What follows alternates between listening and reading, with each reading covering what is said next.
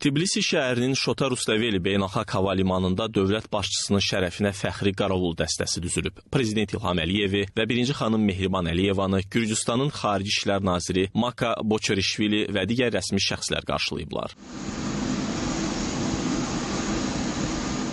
Prezident İlham Əliyev və birinci xanım Mehriban Əliyeva Tbilisidə Qəhrəmanlar memorialını ziyarət ediblər. Qəhrəmanlar memorialında Azərbaycan liderinin şərəfinə fəxri qaravul dəstəsi düzülüb. Dövlət başçısı memorialın qarşısında əklil qoyub. Sonra Azərbaycanın və Gürcüstanın dövlət himnləri səsləndirilib.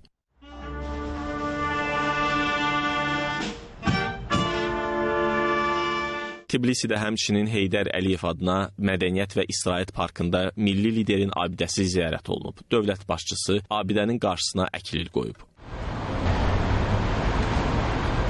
Daha sonra Prezident İlham Əliyevin Tbilisidə rəsmi qarşılanma mərasimi olub. Dövlət başçısının şərəfinə fəxri qaravul dəstəsi düzülüb. Gürcüstan prezidenti Mixail Kavelaşvili Prezident İlham Əliyevi qarşılayıb. Fəxri qaravul dəstəsinin rəisi Azərbaycan prezidentinə raport verib. Hər iki ölkənin dövlət himnləri səsləndirilib. Prezidentlər fəxri qaravul dəstəsinin qarşısından keçiblər.